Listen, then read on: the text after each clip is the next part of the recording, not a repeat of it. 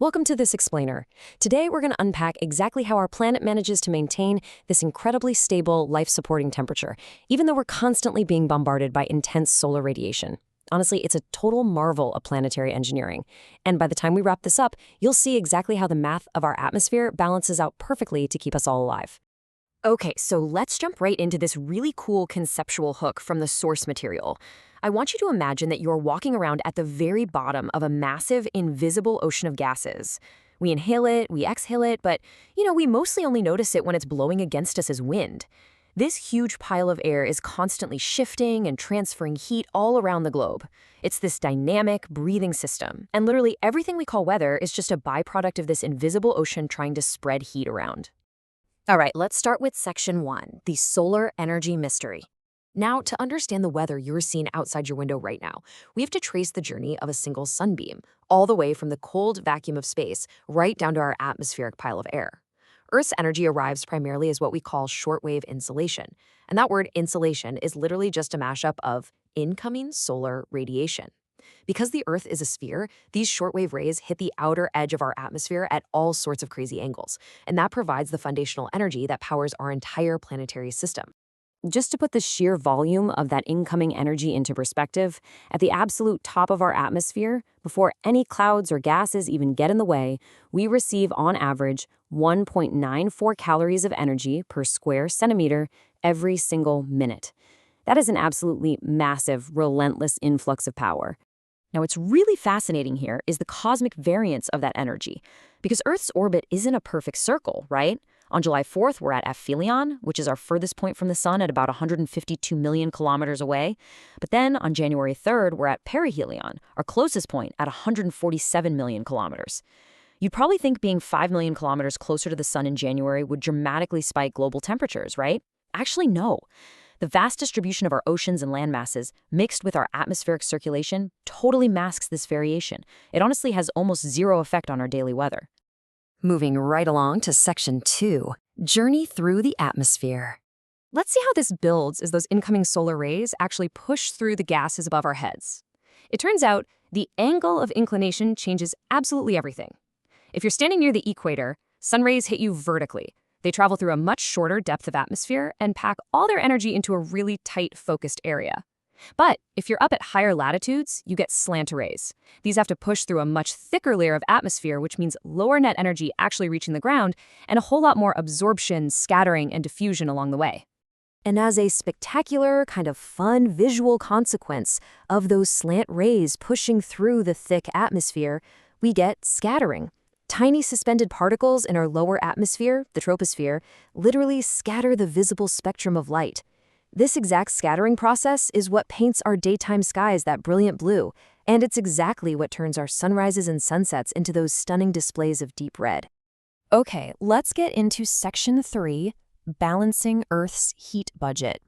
This is where it gets really cool. We are going to treat our planet's temperature like a master accountant's checkbook that must flawlessly balance perfectly to zero. Because if it doesn't, we either freeze over or we boil away. Before the sun's energy even has a chance to warm the dirt beneath your feet, it has to deal with the Earth's albedo. Think of albedo as the planet's reflexivity. Right off the bat, 35 out of every 100 units of incoming solar energy are just rejected. They bounce right off the tops of clouds, snow, and ice and are reflected directly back out into the void of space. So let's break down the income side of our heat budget checkbook. We started with 100 units, right? The albedo bounced 35 away. That leaves us with 65. As those remaining units travel down, our atmospheric gases absorb 14 of them. That means only 51 out of the initial 100 units of solar energy actually make it into the Earth's surface bank account. The ground absorbs this, and it heats up. But here's the catch. The Earth has to pay those 51 units back. The ground itself becomes a radiating body through this process called terrestrial radiation. It takes those incoming, high-energy short waves it absorbed, heats up, and then radiates the energy back out as long waves. And here is the real kicker. Our atmosphere is mostly transparent to incoming short waves, but greenhouse gases heavily absorb those outgoing long waves. So the Earth effectively heats our atmosphere from the bottom up. Now, looking at the expense side of our budget, we have to clear exactly 65 units to balance the 65 we absorbed. Here's how that math works out. The Earth's surface manages to sneak 17 units directly out to space.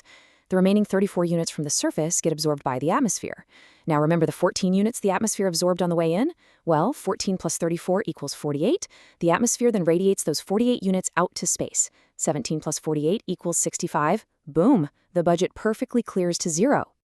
Which brings us to Section 4, distributing the planet's heat. So sure, we've mathematically balanced the global checkbook, but now we face a critical geographical problem. The budget balances as a whole, but not locally.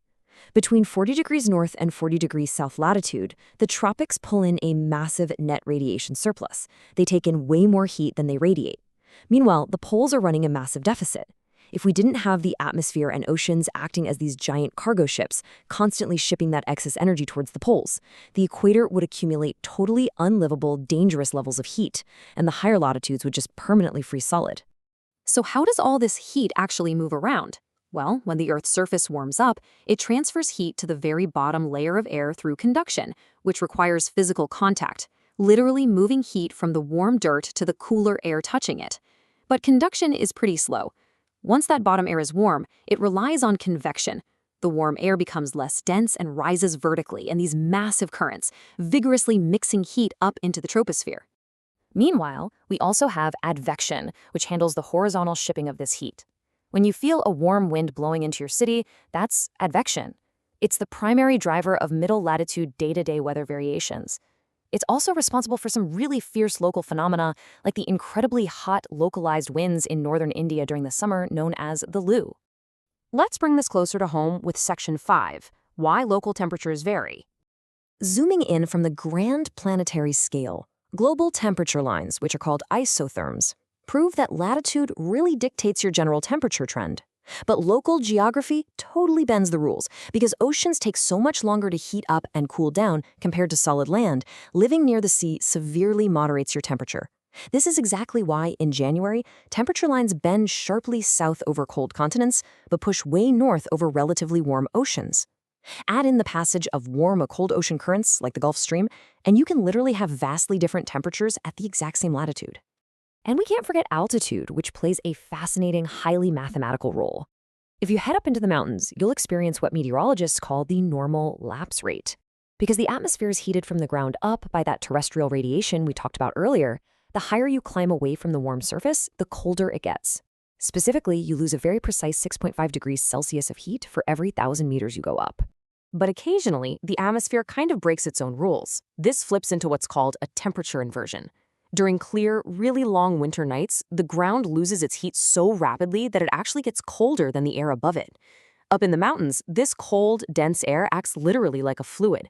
It drains down the slopes under gravity, piling up deep in valley bottoms while the warmer air just rests above it. This air drainage can actually protect mountain crops from frost, but it's also exactly what traps smoke, dust, and those really dense winter fogs over cities that are tightly packed in valleys. So I want to leave you with this final, slightly provocative thought to chew on. We just tracked how every single unit of solar energy is accounted for, absorbed, transformed, and eventually evicted back to space. Understanding the precarious math of our heat budget makes you realize just how finely tuned our atmospheric haven truly is. If that global checkbook suddenly stopped clearing to zero, our delicate biological balance would be rewritten entirely.